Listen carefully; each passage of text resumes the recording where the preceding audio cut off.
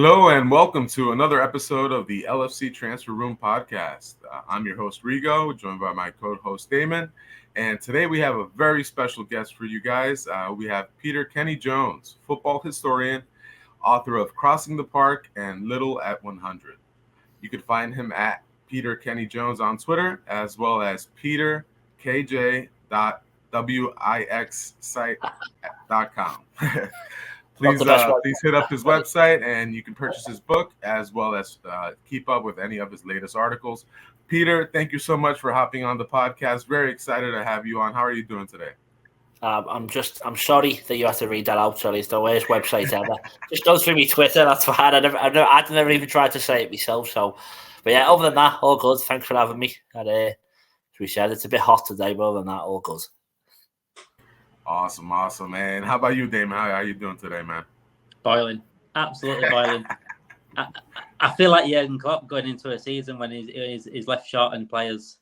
I'm just like sweating at the moment, sweating.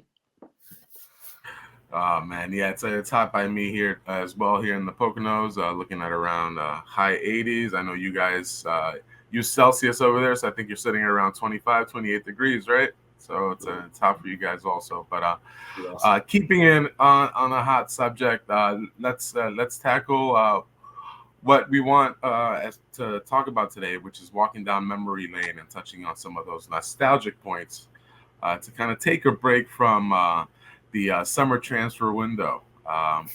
So, Peter, thanks again for hopping on the pod. You've written 2 books. One of them most recently came out just in, I believe in June, Crossing the Park, where kind of take a look at both Evertonians as well as Liverpoolians. And obviously we want to keep it to Liverpool FC. So first question for you, who is your favorite Liverpool player of all time? Tough one. It's got to be Gerrard, really, hasn't it? I think, if you're saying favourites, obviously being from the city as well, he's one of us when he's there. Obviously stayed through thick and thin. And yeah, just, the longevity of him, I think, makes him better than anyone else. I think you can't, people like Mo Salah and Luis Suarez and I've defo up there. But I know you can't say Salah hasn't been long term either. But I think with what Gerrard did for so many years, and because I felt like he was playing before I was born. He came through when I was only young, so he just felt like he was there forever. So yeah, for him, it's got to be him, hasn't it? There's so many memories that's made just by him alone, dragging the team. Goals I scored, unbelievable goals I scored. Oh yeah, it's hard to pick a favourite memory of his, but is it the FA Cup final? Is it the Champions League final? Or is it something else? Does something else stand out for you? Probably it's got to be the FA Cup. I think again when the players when you're a kid they always seem better anyway, don't they? But I was lucky to be there. I sat next to my dad, and obviously it's going down to the last few seconds, and then my dad's going, "I'm sorry, I've took you. We shouldn't have done this. You're going to hate Liverpool forever." And I was like, "Oh, don't worry, Dad. We'll score." And then out of nowhere, like it was written in a storybook, wanted the way he hits that from so You're about to lose to Paul Konchesky, weren't you? And then it's just like going all the way down to Wembley to watch that. No, maybe it would have been worth it because we might not have signed him if we hadn't won the FA Cup. But yeah, I think watching Gerrard score that, you realised how special he was, and then obviously the rest of the game, what he did, and then as you say, everything he's all those years after, and yeah, I think obviously people say about what happened with him in the league and all that, but I think even if we just got that FA Cup in his last full season, we had that with Villa. Knocked us out. I was there again at Wembley, right at the back of that. And you were thinking that was going to be perfect for him. So I think he hasn't had the perfect send off, has he? It seemed like he was going to come and take the managerial hot seat, but we don't know if that's going to happen anymore. But yeah, I feel like other than the perfect ending, he had the perfect career of any boiled Liverpool fan to go on and play for the team. Definitely. And just most recently, obviously, the news that he's going to join the Saudi Arabian League as manager, and is looking to possibly recruit some nostalgic players and Philippe Coutinho from Aston Villa to join him as well. So that should be interesting, along with Bobby Firmino going over. So with Steven Gerrard, apart from him, obviously, I think the majority of fans that are going to pick Steven as their favorite player of all time. What other players, have fed your fanhood for Liverpool FC and bring back those memories? I think my first proper hero was Emil Heskey. Who again, 2001 season. I think I was like 6 or 7 at the time when it happened. But that year, because I've looked back on it and I've written about him and I've fortunate enough to interview him as well. And when you look back at what he did, like he's so underrated for the goals he scored that season, and he shouldn't really be viewed by his goals because it's what he did for everyone else. I think much as I don't like to say his name, Michael Owen always says he's one of his best teammates he's ever had. And he's someone who got into every team he was in, which I think, again, shows a lot of what type of player he was. And, when you're so selfless, maybe someone like James Milner type of style where you're doing stuff for everyone else in the team. I think that's what Heskey did. And, yeah, I'd say maybe I was a bit young at the time and I couldn't spot the talented Gerrard a bit behind him, and I wanted the goal scorer. But, yeah, with Heskey, as I say, I think he was my first one that I proper loved. And there's been loads of others, Luis Garcia, Xabi Alonso, players like that were just exciting to watch. And so when you're younger, you just want the ones who get you off your seat, don't you? And it's always an attacking player who does something a bit different. But yeah, I think I wrote for the club a couple of times, and the first time I wrote for them for the programme, they said to me, if you could interview anyone other than someone really obvious, who would it be? And I did say Heskey, and I was fortunate to speak to him then. And even just speaking with him, you just realise how unassuming he was. And I did a thing at the Shankly Hotel with my dad. He was just talking, and we went and met him. And even then, again, he was just like, he just didn't think he was as great as he was. And I think it's easy to forget sometimes. He gets ridiculed a bit, doesn't he? And I think that KSI video on YouTube made a lot of fun out of him. But I think when you speak to him and look back on his career, I think he was the only attacking player who played in every final in that 2001 season, going from the Community Shield and the Super Cup one as well. And that's Michael Owen, Robbie Fowler, and either wingers, not starting all those games. So again, that says a lot about how important he was to us in a massive season. It's weird talking about that time because the attacking options we had back then, it's sort of similar to what we've got now with that, Michael Owen, Robbie Fowler, Anelka, SK. I mean, Owen, for me, he, as painful as it sounds, he was my first hero. Because he the first person on the back of my shirt until Gerrard came to fruition. When Gerrard came, that was it. It was Gerrard every year in terms of shirt naming. Who was the first person on the back of your shirt? I'm trying to think. I remember a really early one with John Arnorisa. I remember having him on, that black and grey kit. I remember having him on the back, and I think I must have even worn it when we went 2003. I think it was the League Cup final against United. I'm sure. I can't remember. Risa did something, but I remember just being at the back of the stand with him, with his name on me back, and then showing everyone my shirt because I was so proud to have him because he played well, I think, in the game or something. But yeah, I always tried to mix it up. I think my dad always said you can have like Gerrard on the home one, but you've got to have something different on the away one if we're getting someone for you. So I'd always try and pick someone a bit mad. And I think the maddest one I've ever had was Kyriakos, when I was probably getting too old to be going every week. But that's how bad that's how bad we were, I think, at that point. And my birthday's in November. I think he'd scored a couple just before it. And I went for Kyriakos in the back of it. And my dad said, when we didn't buy a shirt, Nick. You didn't buy a shirt since. Well, it wasn't paid by letter, thankfully. I think it was just for the whole set. But my dad said when I came back from the toilet, some bloke sat next to us said, "I don't think I've ever seen anyone with a shirt with his name on the back." So that's probably a bit of a collector's item in the future, that one. But yeah, always had to mix it up. You'll be able to sell it in Greece. It's a good price anyway. I'll keep it. Don't worry. I'll get him to sign it one day. Awesome. And so going kind of keeping on the subject of kits there, what would be your all-time favorite kit for Liverpool? If we go in my memory, I'd probably that one I mentioned then with Reece, that black and grey one. I always think of that away kit was boss, and then the one from last season, that the beigey one that we beat United 5-0 away, that one.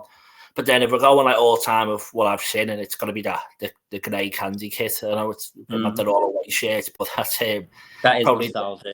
Yeah. The home version of that also is probably the best home shirt we've ever had as well, isn't it? So it's almost worth trying to see if we can get Candy to sponsor us again. I don't think there's anywhere near as much money as Standard Chartered can offer. But those kits were just such a pivotal time in our history as well. When you look back and you think, oh, Kenny's in charge, and you see John Barnes and Beardsley and that wearing them, and then on top of that, it's just a boss kit anyway, and you're like, yeah, it is boss. But even if you go back all the way, some of the first shirts, I think maybe fans wouldn't have enjoyed seeing sponsors coming onto the shirts when it first happened. But nowadays, obviously, we expected so much. It's on the arm, and it's probably going to end up getting more and more as the years go on. But when you look back at just some of the classic ones, like just with the gold lava beard and like the Umbro and the white neck on it, and then you just they're proper Liverpool shirts as well, aren't they?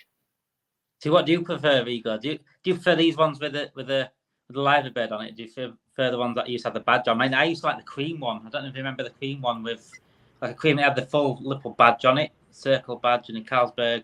Oh yeah, Mike Lowen days. Black Carlsberg up front, like a creamy colour. I like that one. I think that new creamy one that you was on about the beige one is quite. I think it was based off that a little bit. Yeah. This kit this season are based off the green and white one. It's trying to give nostalgia vibe, but I think it's ruining it. Don't you think, Peter? Yeah, it's a bit of like a futuristic take on it, isn't it? But I think it's from '95, and I'm pretty sure we lost the FA Cup final to United in that kit. So was that that might have been Spice Boys? Yeah. So I'm quite happy not to remember that. I don't know why. Like I think last season's one was inspired by the '90s music, and then we've got this one inspired by the '90s, and there's one generation or one decade that Liverpool fans don't really want to remember. It's probably the '90s, isn't it? So hopefully we stop taking inspiration from our least successful periods and start going back to it. But yeah, as I said, I don't mind them mixing up a bit. But yeah, I'm not the massive fan of the new away shirt yet. Yeah, it's kind of giving off Minecraft vibes, the new away shirt. I'm sure as long as we perform way better than we did in that white holographic kit that we had last season, I'll be happy. Kind of staying on that subject, has Nike done a good job with us since becoming our kit supplier? I think they've kind of not paid attention to us as best as they could. What are your thoughts? Any of these most recent kits have the possibility of being nostalgic at all? Yeah, well, I think the one where we nearly won 4 trophies, obviously go and win 2. It was a bit of a, I don't know how you'd say it wasn't the best home kit, was it? With the orange trim, and I don't think it's one that's going to be remembered forever. But I think next season's kit looks quite good with the white collar, and again, I think that's harking back to like what happened in the '60s and stuff like that. The first Shankly shirt, I think they're looking at that. Obviously, I think they got Ian Callaghan in for the kit launch, didn't they? So that'll be a good one. But yeah, I think Nike are a bit of a copy and paste thing. They don't seem to put a lot of effort into getting all the right shirts for every club. Once you go down the leagues, I think it all looks a bit similar. But yeah, it's not too bad. It's a kit at the end of the day, and you only remember them if you win stuff, don't you? Yeah, definitely. Unless you're actually lifting trophies with the kit, they don't really. You're not going to see them in photographs to kind of bring back those memories of winning. I know not last season, obviously, but the year before that, we did lift 2 trophies. So at least that kid has some memories with it.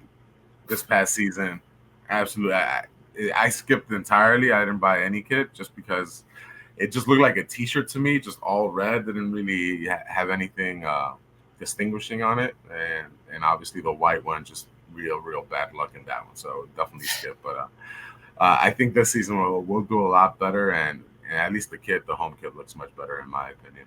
So I was going to say the kits as well. So yeah, just like my mate's a Preston fan, and he always moans that the night kits. He seems like he said he feels like he plays against the same kit every other week when that's only in the Championship, and it's only ever a white shirt. I think they do the same with Tottenham as well, don't they? So yeah, and if you ask me, Dad though, his generation, they just want it plain. They just want a red shirt, don't they? So it probably is impossible to please all the people all the time, and so it's what can you do with a red shirt and a live event at the end of the like that hasn't been done over 130 years. But yeah, I think next year's one looks all right. Definitely, and again, hopefully we have much better luck this upcoming season in it representing Liverpool.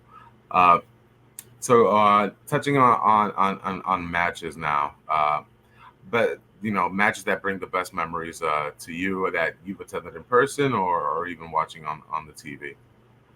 But I think you'd be hard pressed to find someone who doesn't say either Istanbul or Barcelona 4-0. But yeah, fortunately, I was there at the game we won 4-0 against Barca at Anfield and sat on the cop, and it's genuinely the best moment of my life ever. And so it's hard not to top that. That's not even just football game. That's the best thing that's ever happened. And I think Wijnaldum's second was probably the best moment, just because obviously Origi's goal is what did it, but because you were also confused, weren't you? You was like, is that allowed? What's just happened? Oh my God. But that Wijnaldum one, because you can just watch the cross coming in with Shaqiri, you watch him get up and then time stands still. And I'm convinced I jumped about 25 rows down from where I was sat, and I turned back and saw my mate who was stood with, oh my God, what's going on here? I was like walking over, everyone get carried up because I'd gone so far down, and you just, one of them where you just, oh my God, you can't believe it, can you? But fortunately, we've had so many, haven't we, as well? Like that Dortmund one will always have a special thing as well, because again at Anfield, and I think I was first or second year of uni, and I remember there was a lad next to me, must be about 14, and for some reason I turned into like an 80-year-old bloke, and I just said, you'll never forget this day, and you make sure you remember everything.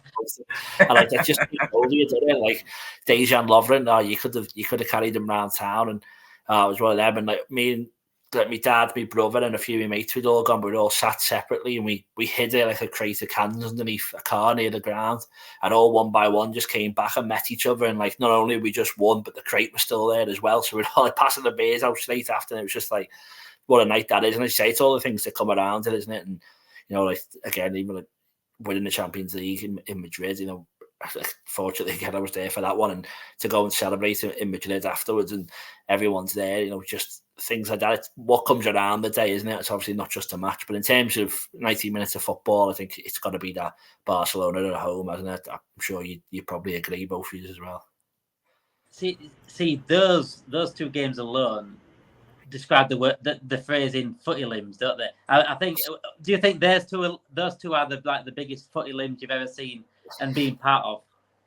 Yeah, it's got to be, because I think obviously winning cups is great, and I've been fortunate enough to see us win quite a few and be there, but it's hard to get songs going at finals and stuff like that, because you're not sat where you normally are. You're with other people, and you're kind of all dotted about the ground. But when it's at Anfield, it's where you're all normally where you are sat most weeks, so you've all kind of know what's going on, and like getting to the final of a Champions League is probably the best thing that could happen other than winning the league at home, isn't it, really? So that's probably the biggest game you can have, and just to be able to have that, and that walk alone after, and like to be able to play it straight through the speakers, or to be able to see everyone singing and dancing after, like, because you're all in the place that you're meant to be. And again, the pitches always don't look good when you win a cup, because they're always holding them. The other half of the stadium's empty as well, in it. But then the whole ground's just still rocking like half an hour after it. And I think they played Imagine by John Lennon afterwards, and everyone was even singing that because no one wanted to leave the ground. It was just going on for so long. So yeah, as you say, all them and those celebrations for each goal, really, because the Origi one was perfectly timed, wasn't it? And then Wijnaldum's first is right at the start of the second half, we can do it. And the next one comes, and then the next one, and then full time, and just everything. I think it even started, I think Luis Suarez took the kick-off, didn't he? And obviously we were all on his back because he celebrated so much in the first leg, and that was perfect because he got us up for it before kick-off. I think if we'd had the kick-off, we probably would have just been a bit nervy, because we had an excuse to start booing. It was just chaos from minute one, wasn't it? But yeah, I think if you can do something great at Anfield, it makes it 10 times, 100 times better than in any other stadium. Hypothetically, mate, if you were to go back, right, whether it be through what you've seen or a game that you've heard about, put yourself in a player's shoes. Which player and which moment would you have put your shoes in? Would it be the Gerrard final? Would it be, for example, Dudek maybe in the Champions League final in Istanbul? Origi in the Barcelona game? Is there any player you'd like to be in a certain match?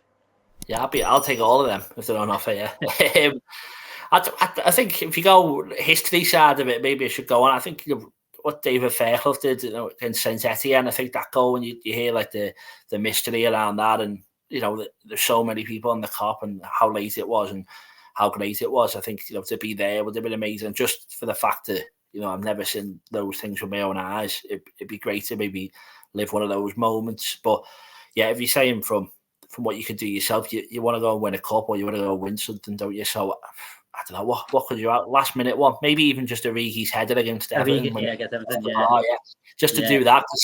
The one thing, Alisson Becker against West Brom. Oh, there was no one there, so maybe he can have that one. It meant more to him. But the only thing you can ever criticise Origi about is that he didn't go mad when he scored that winning. He picks the ball up and what's he doing? Why has he not got his top off and running off the back of the Kop? That should have been the biggest celebration ever. But yeah, I think maybe I'll do that, and then I can celebrate properly for him. So I'll take maybe that. You could even take Klopp shoes in that one way around.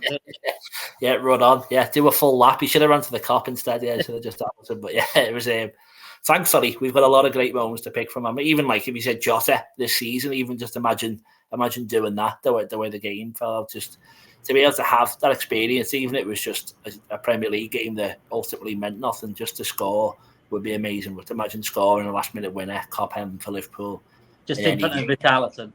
Just Richarlison. I mean, yeah. Just you know what? That could actually beat all of them just for him alone. Oh, that header.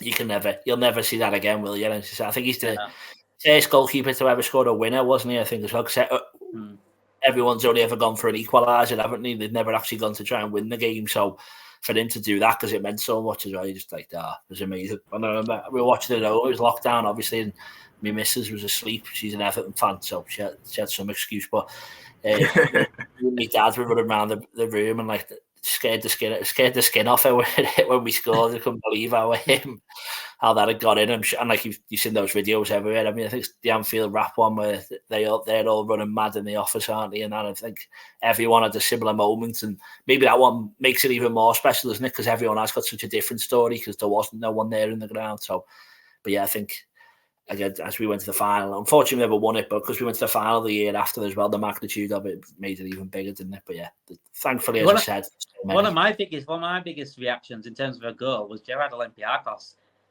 On about 16, I think I was. So I had a GCSE. I'm trying to think. It was the final at a GCSE exam the next day. But the Olympiacos one, I think I ended up screaming the roof off. I remember getting shouted at by parents for that alone, but they understood the implications of it and what it meant that the third goal needed to go through. But yeah, I think that one for me stands out the most in terms of a single goal and a reaction.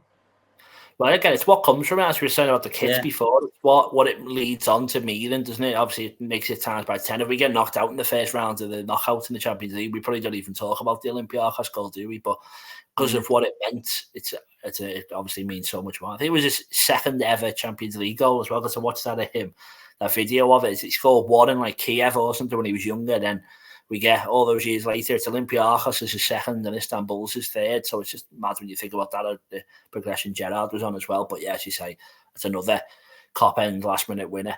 There's so many to pick from. Definitely so many great memories. That Alisson goal, it was also early morning for me here in the States. And I was screaming up and down, waking up everybody when he headed that in. That was just insane. Cup of coffee everywhere, yeah. That's it. Just insane. So kind of staying with favorite memories. What were some of the worst memories for you as a Liverpool fan? I know we've kind of highlighted the ones that bring joy to our heart, but what are some of the worst memories that you've suffered as a Liverpool fan? It's a more to pick from in this one. It's what's tougher.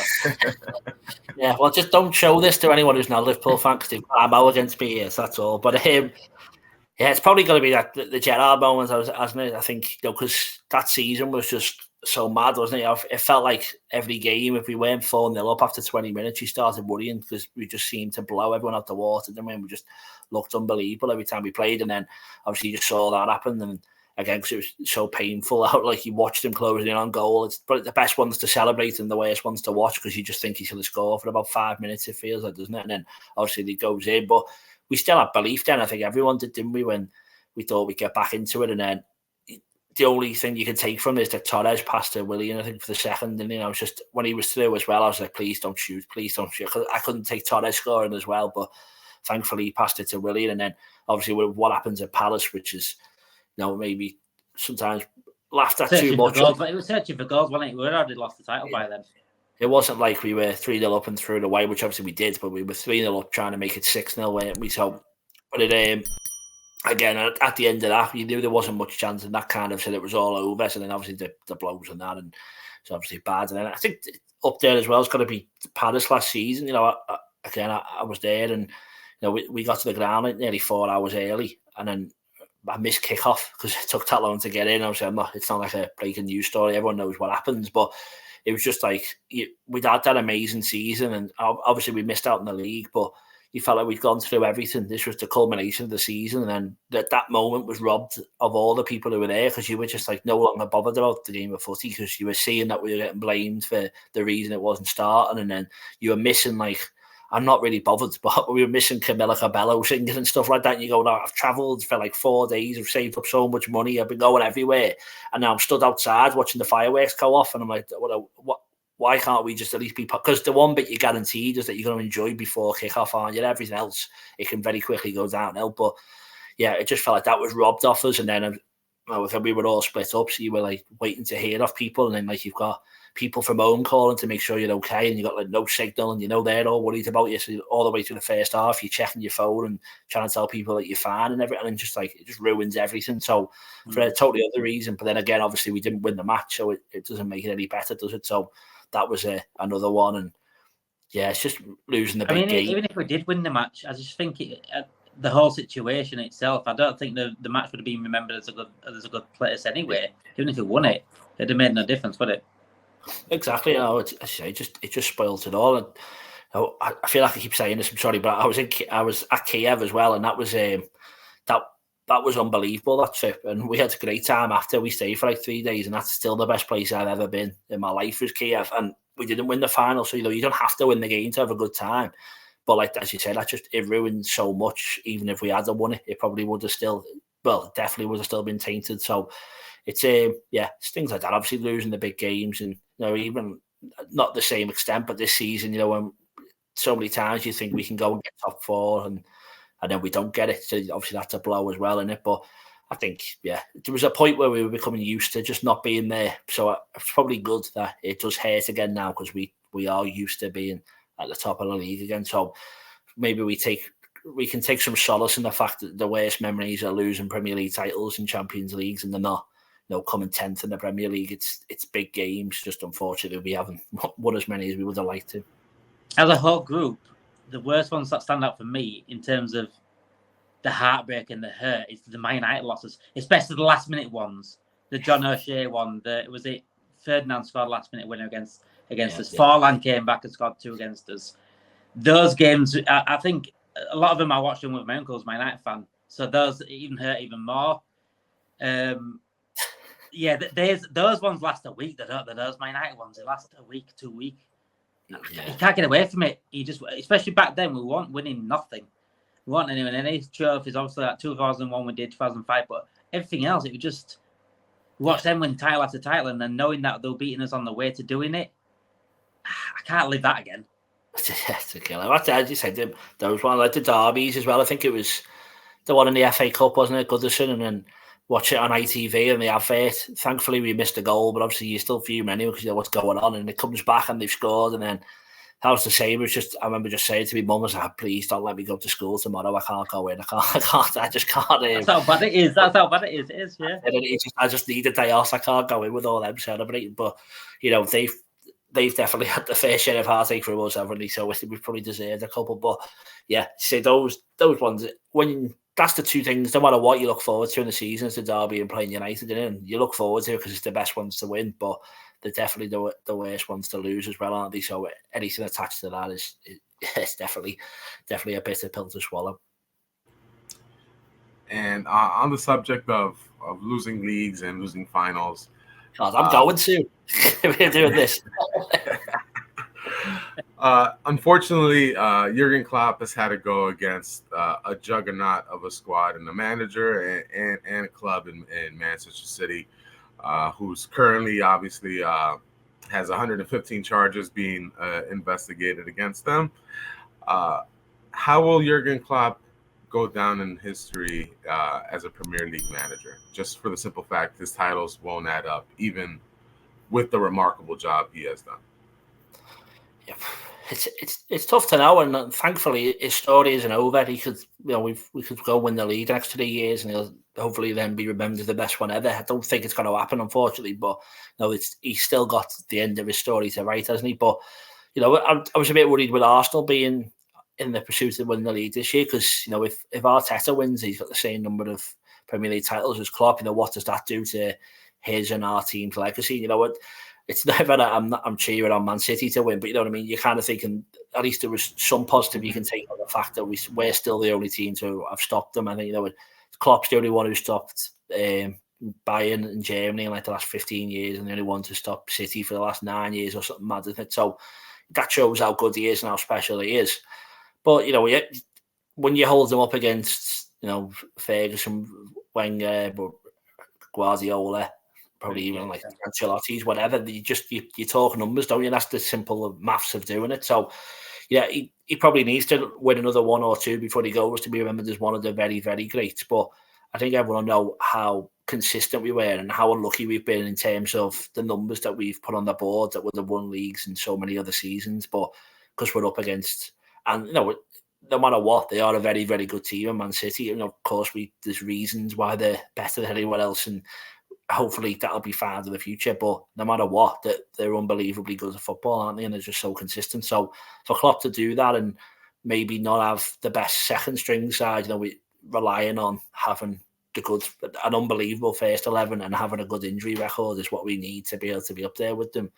And that's probably why Arsenal were in the mix, because they never really had many injury problems. And then like Saliba gets injured, and that seemed to derail them a lot, didn't it? So it's just having the luck. But again, Klopp's not where he is because of luck. He's there because of how great he is. And I think we all realise that. And I think most people in football realise it. But if you want people in 50, 100 years to recognise it, then he's probably going to have to win another 2 or 3 to be remembered as one of the very best. To be the best manager of all time, it's hard for Liverpool anyway. Obviously, Bob Paisley, Bill Shankly, take over him, Kenny Dalglish.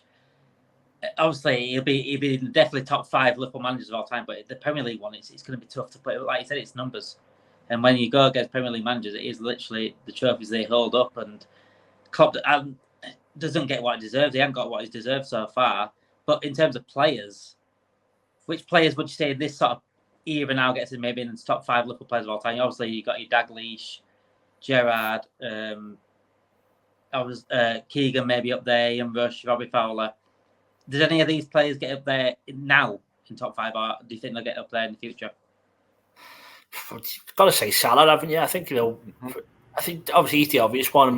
Alisson, I think, deserves a shout in terms of what he does. I think this season he's kept us. He made us, as bad as it is to say, he's made us a Europa League side, because we wouldn't have been where he was without him, which obviously isn't why we bought him to qualify for the Europa League. But fantastic. And then Van Dijk, again, he can put him up. He's comparable with any centre back we've ever had, as far as I'm concerned. But I think Salah is cleared of them in terms of what he does so consistently. And we just watch him slowly climbing up all these leaderboards and breaking records every week. That, as you say with Klopp, that's what you realise. Everyone who's watched Mo Salah knows how great he is, but it's the people in 50, 100 years, as I said, will only recognise it because of, you see the numbers, you see what they put out of the game, and he's still got another couple of years at Anfield. He's just going to keep going up those scoring records, and I don't think he'll beat Ian Rush's records, but he's going to be trying to gut it down as much as he can. And no one ever would have thought that when we signed him in 2017 from Roma. He's going to be trying to chase down Ian Rush's record. So that shows how good he is. But fortunately, we've had so many good players. I don't think there's ever been a strike force maybe that's been as effective as that front three. And having Van Dijk again, and Trent changed the role of a right back, and Alisson's unbelievable. And again, the stories aren't over, so they could all go and win. We could go and win 4 trophies every season for the next 4 years, and they'd all then become undoubtedly the best players we've ever had. As you say, thankfully there's a future for all of them, that we can hopefully go and see them become the best player that Liverpool have ever seen.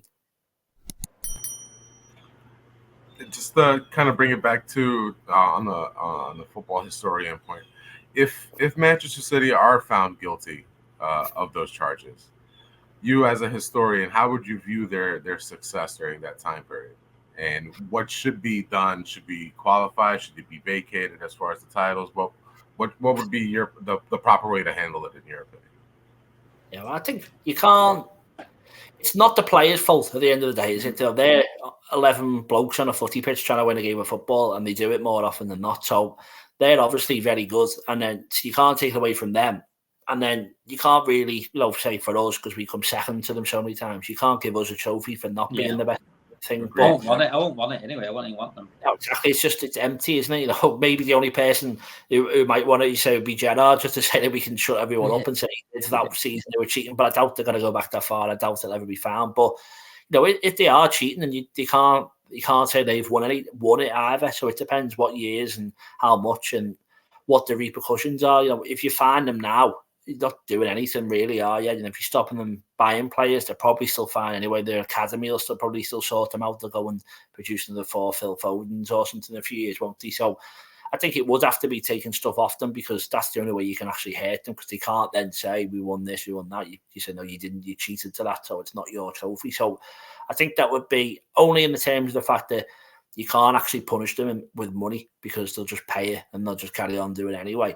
And talking points just means they don't win the next league, but you've got to view it by each season, I'd say. So it depends how severe the charges are and what they've done, and which ones they're found guilty of. But I think thankfully I'm not in charge. I'm not going to be sat in that jury, although maybe not thankfully, because I'd just say, get them all towards, and we've won 25 leagues. But I think it's probably just going to have to be whoever sat there, and you have to look at each thing and say, what are the repercussions of that? Because, even you look at Everton now as well, and they're going to be going through possible point deductions with the way that their financial stuff's going on. So maybe point deductions for each season based on what the repercussions should be, and then you find out whether they won the league or not. So I don't think it should be necessarily given out to us and United, but it should be taken off them if they've been found guilty.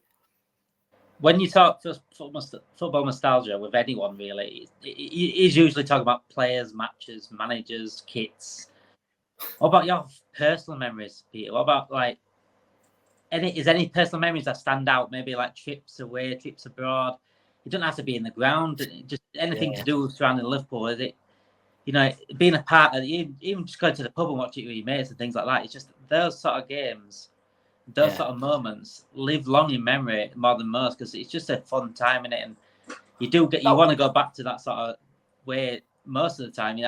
I do like watching it at home. Sometimes I do like even go to the game watching it, but sometimes even in the pub watching it with mates, you can't beat those sort of memories, can you? What's your favourite memory personally?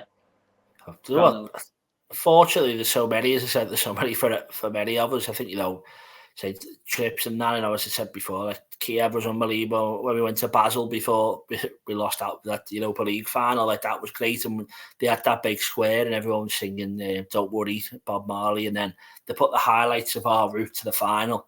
And then obviously the Dortmund game comes on, and the square's full. Everyone's going oh, and then when Lovren scored, everyone went mad. As you said, Limbs before that, it was just people were spraying beer everywhere. It was chaos in there.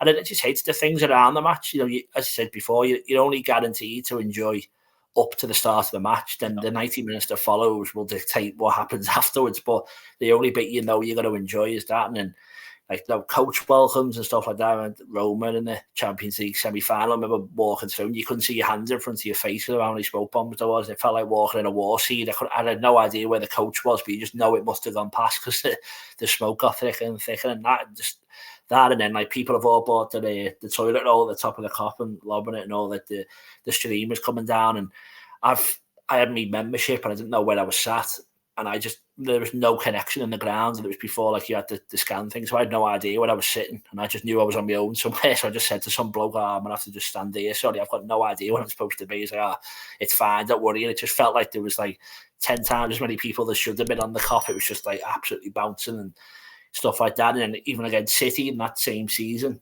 when we had that Champions League game, and then did the boss night for City away and the celebrations there. And then when we got to the final, when we beat Roma away, just all that season just seemed so magical because, I think you say your first one and all that, it was the first time most of us had seen us get to the European Cup final properly, and maybe half expecting we would do. And it just felt like the proper start of a journey, didn't it? And that was unfortunately we lost that, but that whole season I think was just so good. And then again, before you go back to that Brendan Rodgers season, I think all that as well, it was just because it'd been so long since we'd been up there and been in the mix, just watching that football and that Arsenal game when we're 4-0 up and you just watching how good we are. And I know these are all at the match, but they're all like just moments. I think you realise how great it is and you just can't wait to go to the next match. That's what keeps you going, isn't it? And then say watching it in pubs and watching, I think it was when we played United away in the Europa League.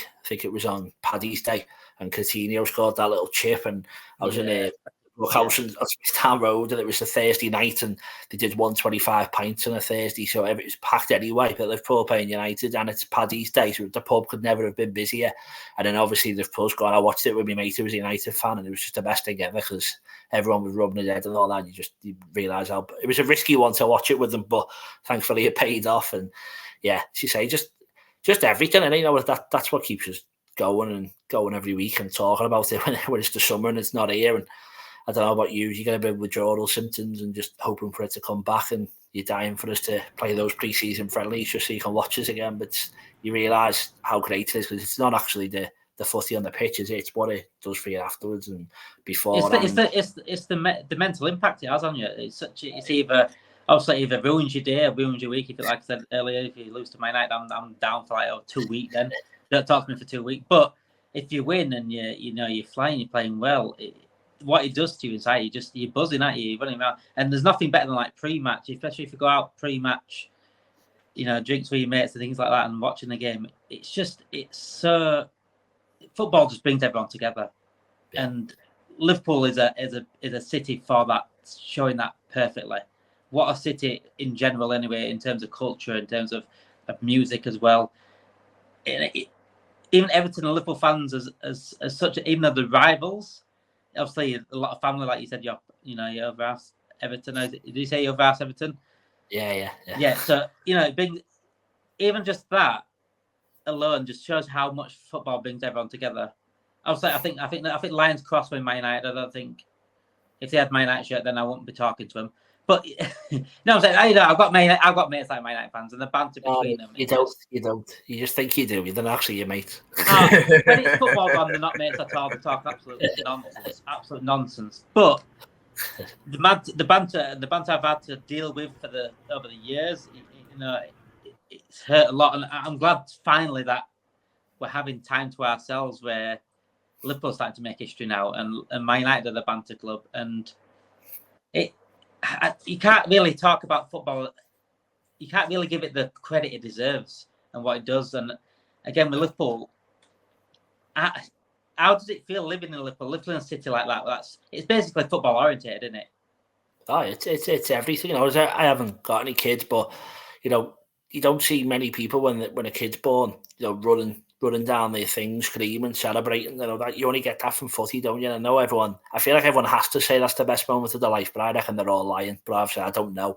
But that release that it gives you, obviously, is just great, and that's football in general. But the whole city's just buzzing for it. But again, that Barcelona game, I remember just being in work, being in the office, and I had a good feeling. I thought Origi was going to score 3. I was close, but he scored twice. But I just had a good feeling that whole day. Just like you're shaking, trying to get there, and just thinking, "Oh, please God, can I just go the match? Because I just know I'm gonna enjoy it." And even like that, the Dortmund one, and I remember just saying, like, all I'm looking forward to is the first 10 minutes because I know it's gonna be dead loud and we're gonna enjoy it. But as you say, just being in the city, everything's about it, and like finishing work early, your boss will let you get off because he understands it's a big match, and you go in there and everyone's already going on the half days going the match and stuff like that. And my dad's retired now, and he'll text me at like 2:00 and say, "I'm in the pub now. Just let me know when you finish work." He can't control himself because he gets too excited about it. So I think it's just the whole world revolves around it. And it could have been bad for the city. I think if Everton had gone down, and you see, it creates a bit of a toxic atmosphere at the moment because obviously it's not going great for them. But I think, if they do go down and you've got that stadium just not being finished or being the championship ground, and I think that doesn't help the city at all. As much as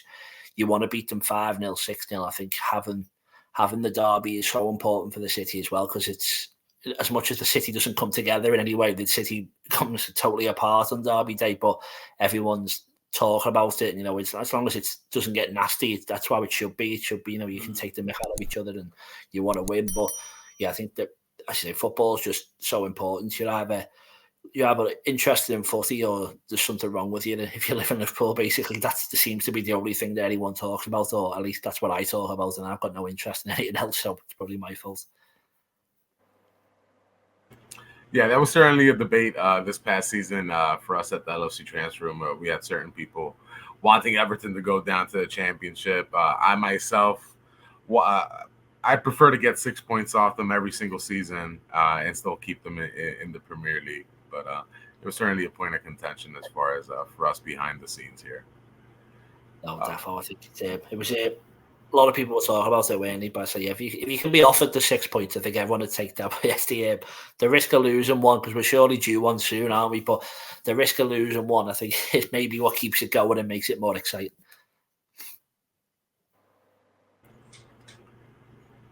Definitely. But going back to your book, Crossing the Park, what inspired you to kind of bring that subject to the fore? Just for the simple fact that you do have relatives who are Evertonians versus the Republicans, or you're right in the mix to kind of marry those two fan bases together into the subject of your book. Yeah. So obviously, I just thought about it in general, really. Just how many players can you name who have played for both Liverpool and Everton?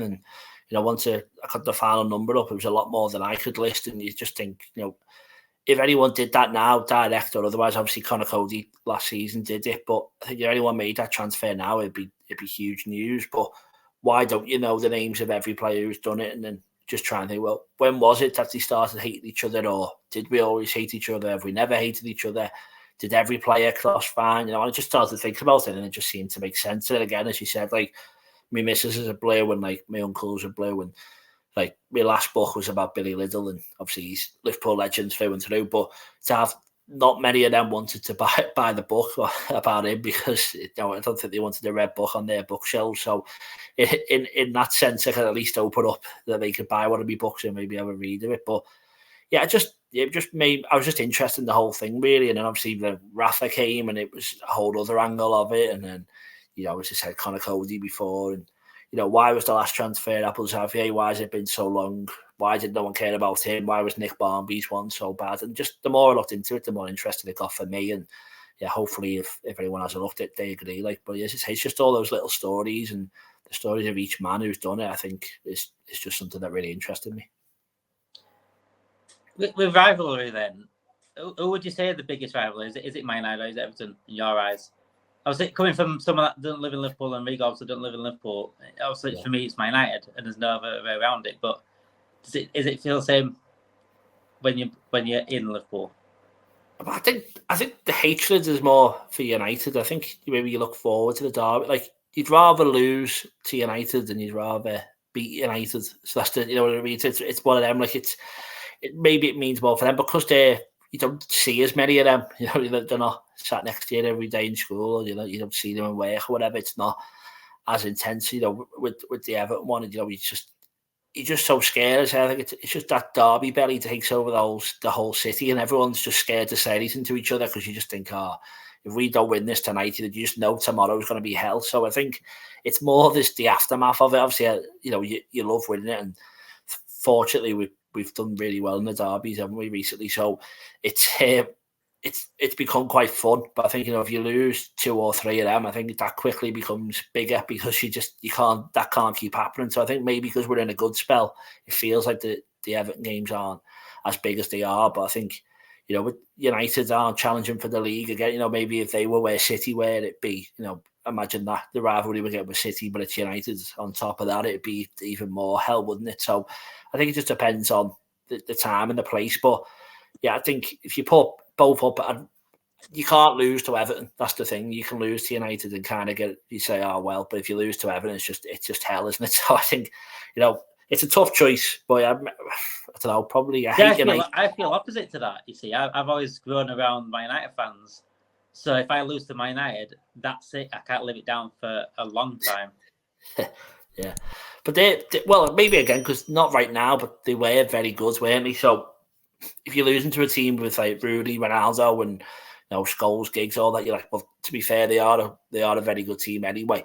But if you're losing to Everton sides, again, I know it sounds like I'm talking down on them, but their sides aren't as good or have been as good as United are. So it's more, it's less forgivable that we can lose to Everton. Maybe it's saying because the players should know how much it means, and you saw that when we had all the kids out and played them in the cup. I remember just thinking, what's Klopp done here? He just doesn't realise how big this is because we can't lose this match. But then you realise it made it like 100 times better because we had half a team out and still beat them. And Curtis Jones scores that goal, and you're like, you doubted Klopp for a second, but he actually found a way to make it even better, didn't he? So it's it's all game by game basis. But yeah, I can't. I'll happily just win both and not have to worry about it. I kind of want to touch on Curtis Jones just for players coming from the city. I feel they get judged a little bit more harshly than exterior players, and I think it should be the opposite. They should get supported more. Your thoughts on Curtis Jones up till now, and what do you see for him coming up this season? Yeah, well, I think if you look on Twitter, and this sounds like I'm talking about YouTube, but I'm not. You look at Twitter, and it seems to be people from the city who are backing him, people from outside the city saying he's only in the team because he's from the city. Do you know what I mean? And that's what it felt like just from me looking on my own Twitter feed.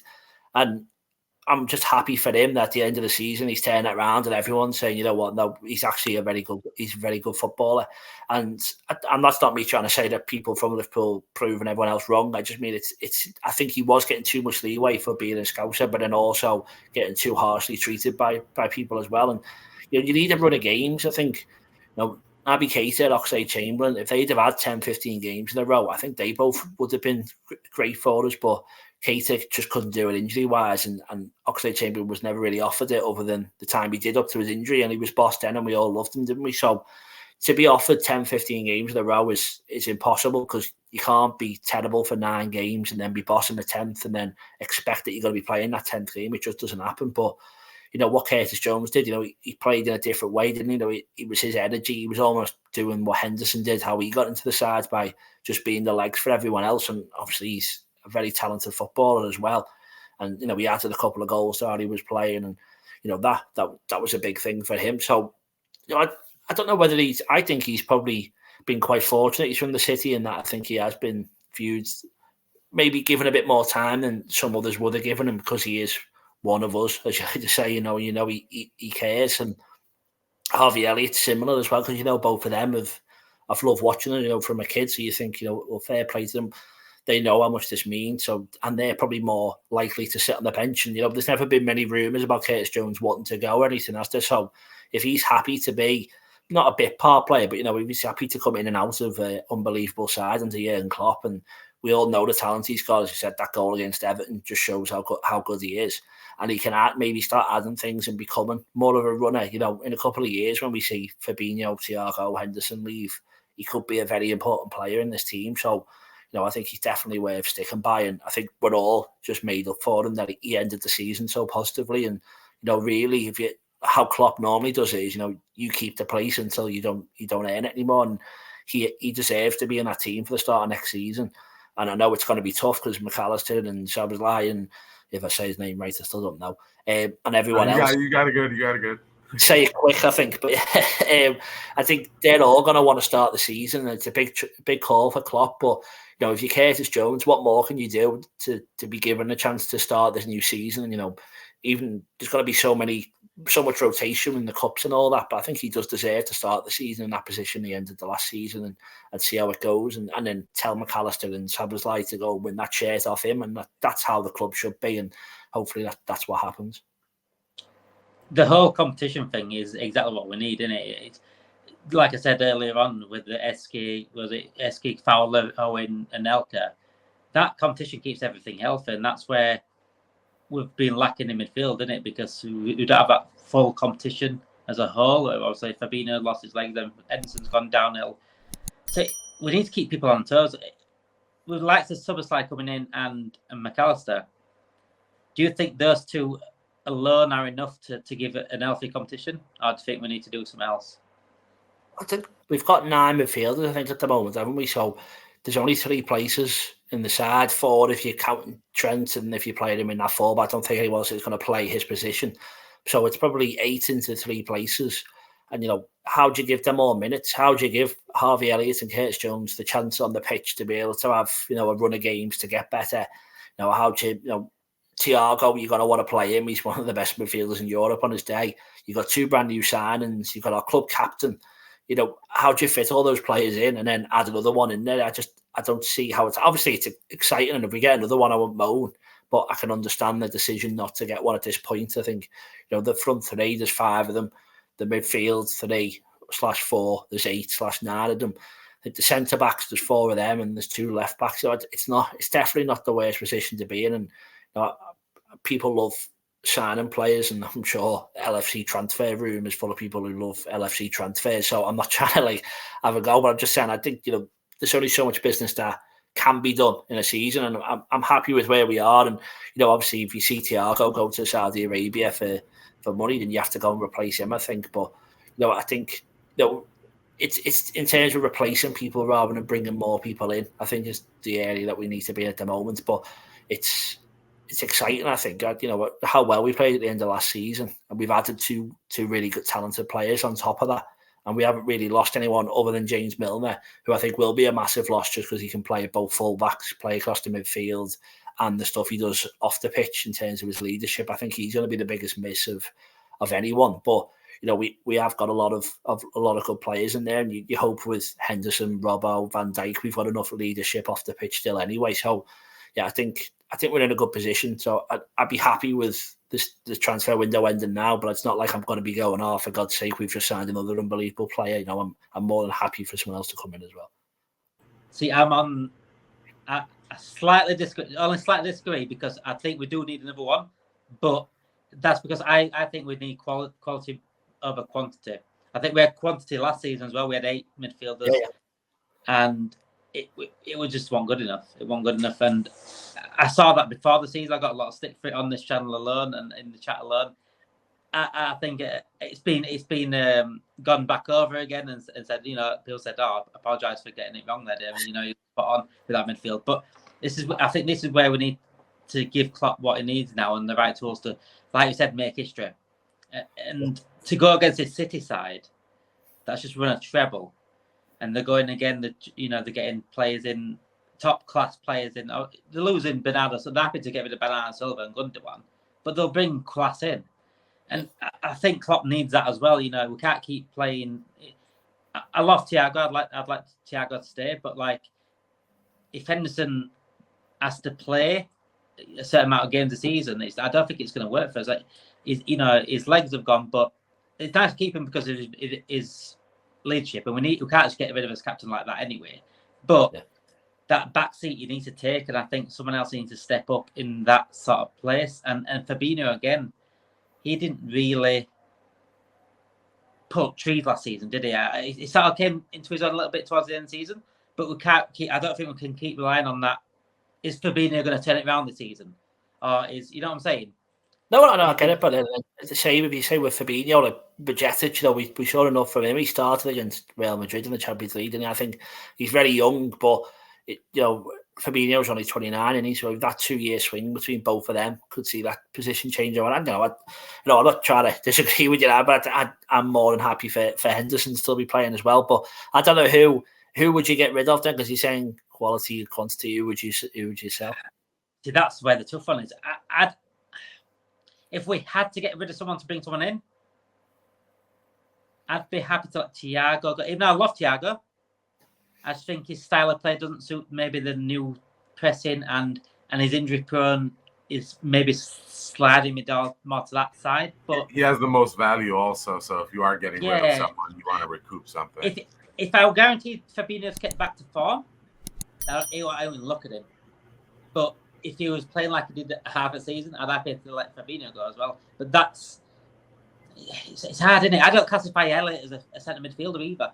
No, he's not. But for me, Elliott's either a cam or a right winger, but more of a cam for me, and we don't play a cam. Yeah.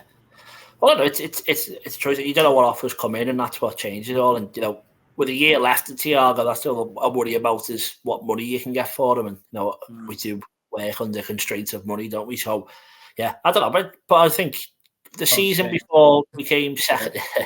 Well, that's it. That's another argument, I think, isn't it? But yeah, the season before we came second. We've got another podcast for that, mate. We've got another podcast for that one.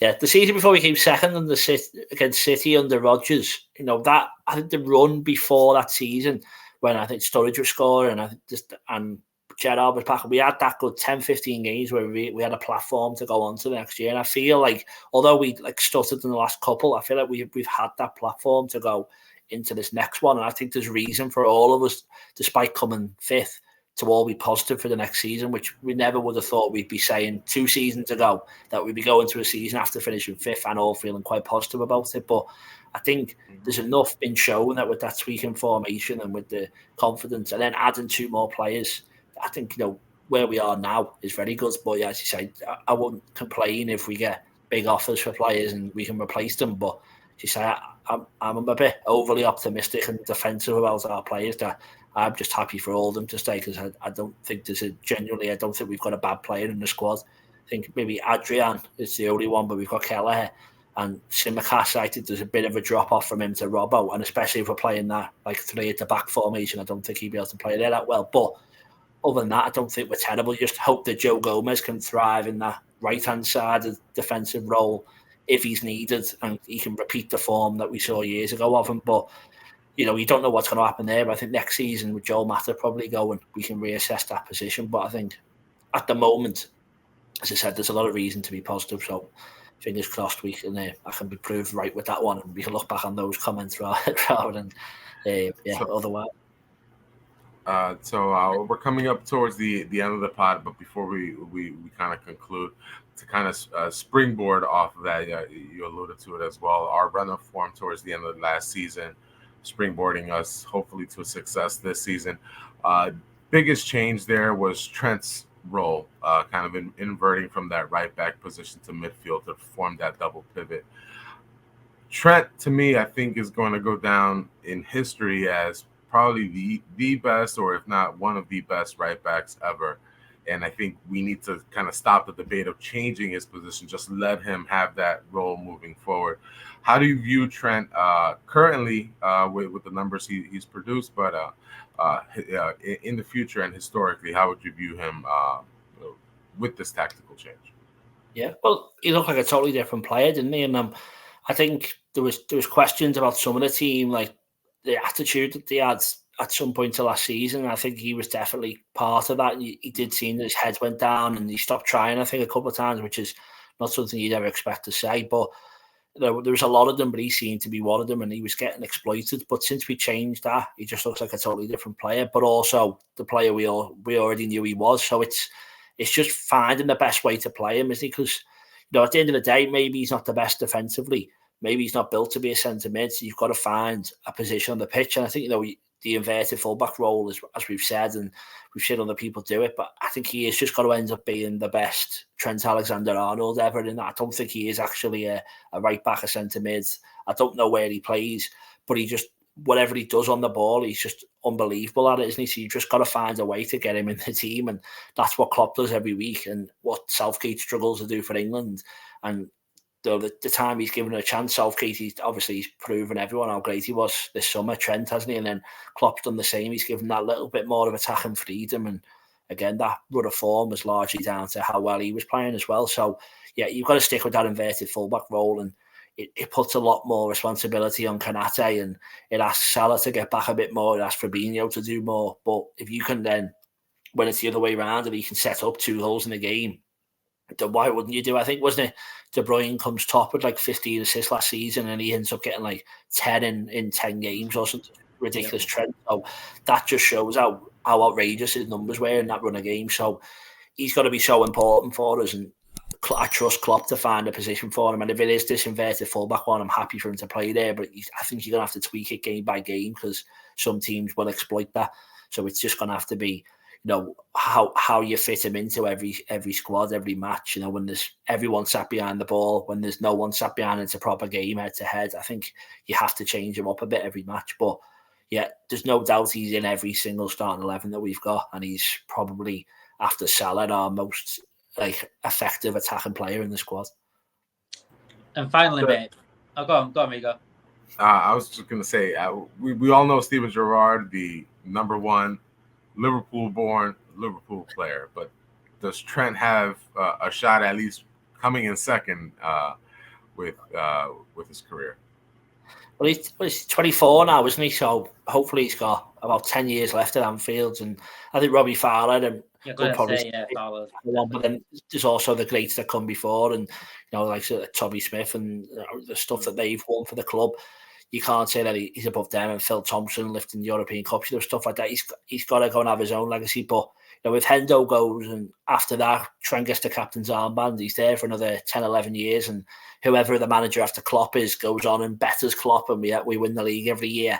Then if Trent's a key part of that team as well, then he is going to be, isn't he? But I think at the moment, if he stopped now, Fowler's still above him. But as I said, there's still 10, 11 years for him to go. So he's in a great position to go and do it. And you know what? There's no reason why he can't go and better Gerrard either, because he's probably not even in his prime yet, Trent. And we know what he can offer us already. I haven't watched him. So yeah, fingers crossed he ends as the best scouser we've ever seen. And that mural, there's a few more of them around Anfield as well.